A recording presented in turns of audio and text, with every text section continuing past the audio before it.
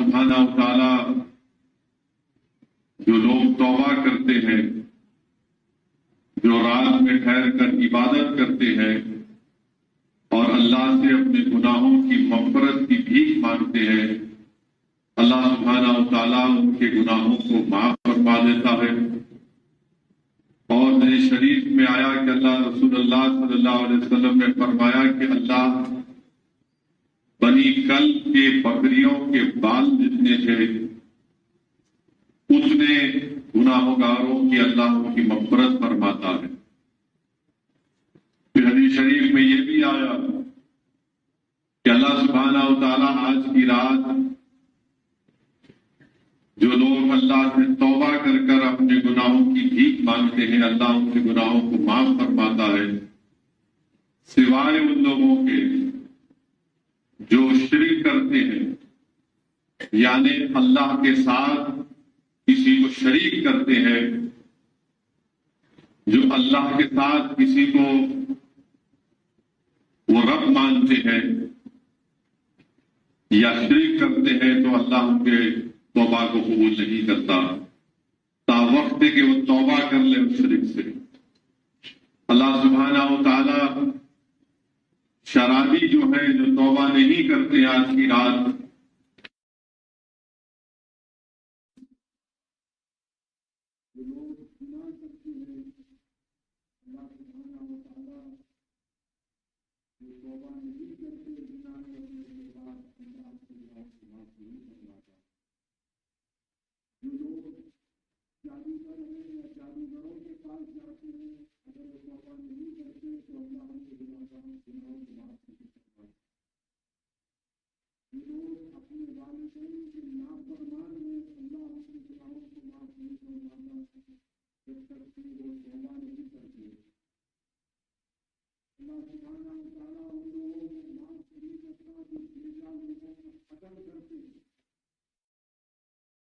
اور بزرگوں،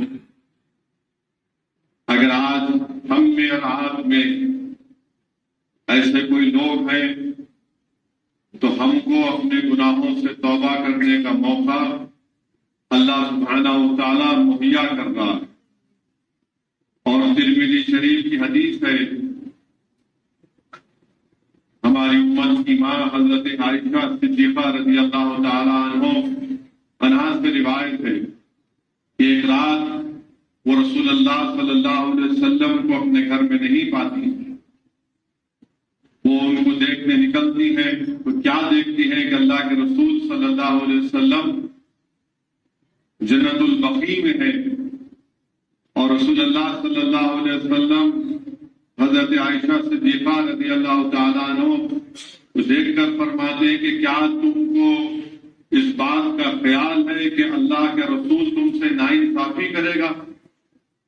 تو بی بی عائشہ صدیقہ رضی اللہ تعالیٰ عنہ عرض کرتی، نہیں یا رسول اللہ صلی اللہ علیہ وسلم، میں یہ سمجھ رہی تھی کہ آپ کسی اور امت کی ماں کے گھر پر چلے گئے۔ اللہ کے رسول صلی اللہ علیہ وسلم کی نظریں آسمان پر تھیں، اور رسول اللہ صلی اللہ علیہ وسلم فرماتے ہیں کہ نصف شعبان کی رات ہے، اور آج اللہ سبحانہ و تعالیٰ میرے امت کے تمام گناہگاروں کی بخشش کرے گا، اور اتنے لوگوں کی بخشش کرے گا جتنے بنی کلب کے بکریوں کے جو بال ہیں اتنے لوگوں کی اللہ ان کے گناہگاروں کی بخشش کرے گا۔ تو میرے عزیز دوستوں اور بزرگوں، علماء کرام نے فرمایا کہ ہم کو توبہ کرنے کی ضرورت ہے، اور ہمیشہ اللہ سے توبہ کرنے کی ضرورت ہے۔ اللہ کے رسول صلی اللہ علیہ وسلم ایک حدیث شریف بیان فرما رہے بخاری میں حدیث کہ اللہ کے رسول صلی اللہ علیہ وسلم نے فرمایا کہ ایک 3 لوگ سفر میں جا رہے تھے اور راستے میں بارش ہوئی، بارش سے بچنے کے لیے کسی پہاڑ کے غار میں جا کر بیٹھ گئے تو اچانک ایک بہت بڑا پتھر آیا جس نے اس غار کے راستے کو بند کر دیا۔ یہ تینوں لوگ پریشان ہو گئے اور فکر میں تھے کہ ہم کیسے نکلیں گے یہاں سے۔ حدیث شریف میں آیا کہ سب نے یہ فیصلہ کیا کہ ہم لوگ اس کی آواز کریں،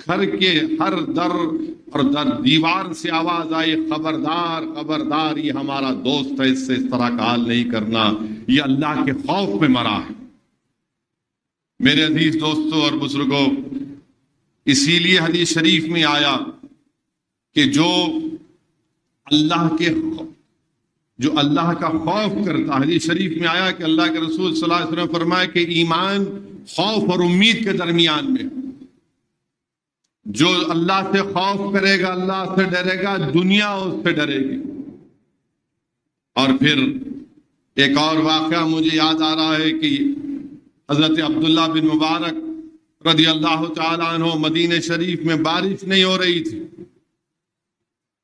تو سب لوگ باہر نکلے نماز پڑھنے کے لیے، نماز استسقاء کہتی ہیں، اور حضرت عبداللہ بن مبارک دیکھتے ہیں کہ کالے رنگ کا شخص ہے، کمزور ہے، نحیف ہے۔ وہ آگے بڑھ کر کہتا اللہ میرے گناہوں کی وجہ سے تو بارش نازل نہیں کر رہا، اللہ تو معاف کر دے مجھے، یہ تیرے بندوں کو تو میری وجہ سے کیوں سزا دیتا ہے، اللہ معاف کر دے۔ ہاتھ اٹھا کر گڑگڑا کر دعا کرتا ہے، اور جب ہاتھ اپنے منہ پر پھیرتا ہے، حضرت عبداللہ بن مبارک کہتے ہیں کہ بادل آ گئے، بارش ہونے لگی۔ حضرت عبداللہ بن مبارک اللہ کے بہت بڑے ولی تھے، وہ اس کے مالک کے پاس گئے اور کہے کہ مجھے دے دے۔ اس نے کہا کون سا غلام چاہیے آپ کو، آپ میرے گھر پر آئے۔ اس نے سب غلاموں کو پیش کیا، بولے یہ نہیں یہ نہیں۔ جب یہ شخص آیا تو بولے یہ تو کمزور ہے، نحیف ہے، بولے نہیں مجھے اس کو دے دے۔ وہ اس کو لے لیے۔ اس کے بعد اس نے کہا کہ آخر آپ مجھے کیوں چنے؟ حضرت عبداللہ مبارک نے کہا کہ میں جانتا ہوں، میں دیکھ لیا ہوں تیرا اور میرے رب کا رشتہ کیا ہے۔ وہ کہتا ہے کہ 2 منٹ مجھے دیجئے، وقفہ دیجئے، میں ذرا 2 رکعت نماز پڑھ لوں۔ وہ نماز پڑھتا ہے، اور نماز پڑھنے کے بعد دعا کرتا ہے اللہ یہ راز فاش ہو گیا، اللہ یہ راز فاش ہو گیا، اللہ یہ راز فاش ہو گیا، تو مجھے اس دنیا سے اٹھا لے۔ تو اس شخص کی روح نکل جاتی ہے۔ میرے عزیز دوستوں اور بزرگوں، اسی لیے یہ رات ہمارے لیے ایک بہت بڑا انعام ہے۔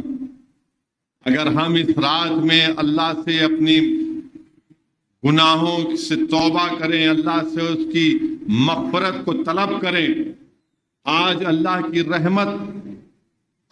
رحمت کا شامیانہ ہمارے سروں کے اوپر ہے۔ ہم ہر رات ہر دن اللہ سے بھیک مانگتے ہیں کہ اللہ تو راضی ہو جا، اللہ تو ہمارے گناہوں کو معاف کر دے۔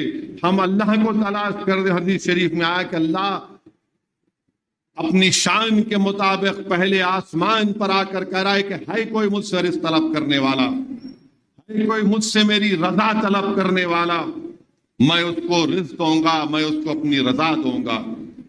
اور آج ہی کی رات حدیث شریف میں آیا کہ اللہ کے رسول صلی اللہ علیہ وسلم نے فرمایا کہ حضرت جبرائیل امی آئے اور رسول اللہ صلی اللہ علیہ وسلم سے فرمایا یا رسول اللہ صلی اللہ علیہ وسلم آسمانوں کی طرف دیکھیے۔ اللہ کے رسول صلی اللہ علیہ وسلم حدیث شریف میں فرما رہے ہیں کہ میں نے اللہ کی رحمت کے 300 دروازے کھلے دیکھے۔ پھر اور رات ہوئی، جبرائیل امی پھر آ کے رسول اللہ صلی اللہ علیہ وسلم پھر آسمان کی طرف نظر اٹھا کر دیکھیے۔ اللہ کے رسول صلی اللہ علیہ وسلم حدیث شریف میں فرما رہے ہیں کہ آج کی رات اللہ اپنے جنت کے دروازوں کو کھول دیا، اور ہر ایک جنت کے دروازے پر ایک فرشتہ آواز لگا رہا ہے کہ جو رکوع کرے گا آج کی رات اس کو خوشخبری ہو، جو سجدہ کرے گا اس کے لیے خوشخبری ہو، جو اللہ کا ذکر کرے گا اس کے لیے خوشخبری ہو، جو اللہ سے سوال کرے گا اس کے سوال کو پورا کیا جائے گا، جو اللہ کی رضا طلب کرے گا اللہ اس کو اپنی رضا دے گا۔ تو یہ آج کی رات کے سلسلے میں حدیث شریف میں آیا میرے عزیز دوستوں اور بزرگوں۔ اور پھر اس یہ ماہ مبارک شعبان کا درۃ الناصحین میں لکھا گیا، بلکہ اللہ کے رسول صلی اللہ علیہ وسلم حدیث شریف ہے کہ رحمت العالمین صلی اللہ علیہ وسلم نے فرمایا کہ جب شعبان کا مہینہ آئے تو اپنے دلوں کو اور اپنی نیتوں کو صاف اور پاک کر لو۔ تو درۃ الناصحین میں لکھا گیا کہ رجب کا جب مہینہ آتا ہے تو اپنے جسم کو صاف کرو، جب شعبان کا مہینہ آتا ہے اپنے دل اور نیتوں کو صاف کرو، اور جب رمضان آتا ہے تو تبھی تم کو یہ دونوں چیزوں کی وجہ سے تمہاری روح کو اس سے فائدہ ملتا. تو میرے عزیز دوستوں اور بزرگوں، میں نے شروعات میں کہا تھا کہ جو ماں باپ کا نافرمان ہے، آج کی رات اللہ اس کی توبہ قبول کرنے والا نہیں ہے. اور ماں باپ کے تعلق سے سورہ بنی اسرائیل کی آیت نمبر 24 اٹھا کر پڑھ لو آپ. اللہ فرما رہا ہے کہ میری عبادت کرو، میری ہی عبادت کرو اور اپنے ماں باپ کا خیال رکھو. پھر اسی آیات میں اللہ کہہ رہا ہے کہ اگر تمہارے ماں باپ دونوں زندہ ہیں، ضعیف ہیں، تو ان کو اف تک مت کہو، اف تک مت کہو. پھر اسی بنی اسرائیل کی آیت میں اللہ کا فرما رہا ہے کہ اگر وہ ضعیف ہیں تو تم میرے سے دعا کرو کہ اللہ تم ان پر اس طرح رحم فرما جس طرح انہوں نے مجھے بچپن پر، میرے بچپن میں مجھ پر رحم فرمایا تھا. پھر قرآن میں ایک اور جگہ پر اللہ فرما رہا ہے کہ میری عبادت، میرا شکر ادا کرو. اللہ فرما رہا ہے میرا شکر ادا کرو اور اپنے ماں باپ کا شکر ادا کرو، اور تم سب کو میری طرف لوٹ کر آنا ہے. تو حضرت ابن عباس رضی اللہ تعالیٰ عنہ، امام زہابی رحمت اللہ علیہ کی ایک مشہور کتاب ہے کتاب الکبائر میں لکھا ہے کہ اللہ سبحانہ و تعالیٰ کے آیتیں قرآن کی ایسی ہیں کہ اس میں دو چیز کا ذکر ہے.